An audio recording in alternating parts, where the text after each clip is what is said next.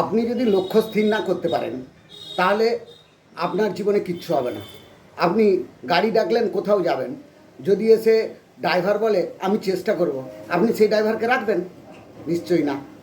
অতএব লক্ষ্য যদি স্থির হয়, কারণ আপনি কনফিডেন্স পাচ্ছেন না ওই ড্রাইভারের কাছে।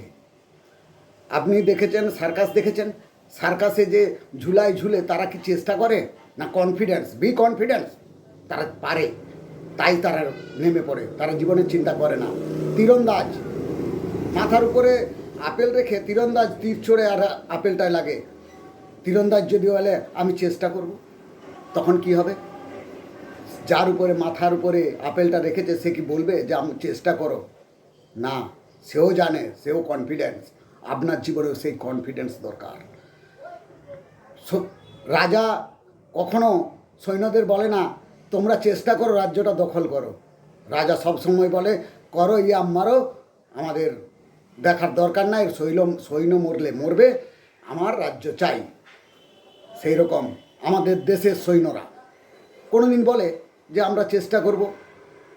তারা এগিয়ে যায়, এগিয়ে চলে। জীবন দেশের জন্য যদি জীবন দিতে হয় তাও তারা প্রস্তুত। তাহলে সেই রকম প্রতিটি মানুষকে তার কোনো দ্বিতীয় অপশন নাই, এটাই হবে।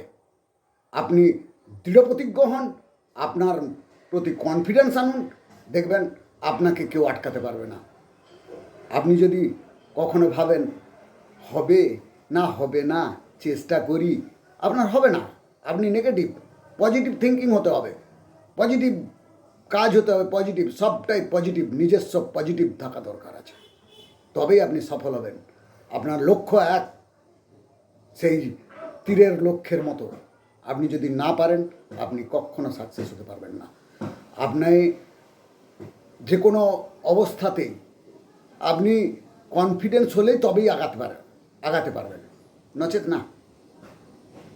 প্রতিটি মানুষ তার লক্ষ্য স্থির করে প্রতিটি পদক্ষেপে যদি সঠিক চিন্তা ভাবনা নিয়ে, কোনো নেগেটিভ থিঙ্কিং না নিয়ে এগিয়ে চলে, সে জীবনে কোনো দিন পিছপা হবে না, হওয়া উচিত নয়। ভগবানও তাকে সাপোর্ট করবে, উপরওয়ালাও তাকে সাপোর্ট করবে। কেন করবে? কারণ সে জানে, ভগবান জানে এ তো করবেই, তখন তাকে পূর্ণরূপে সাহস দেবে।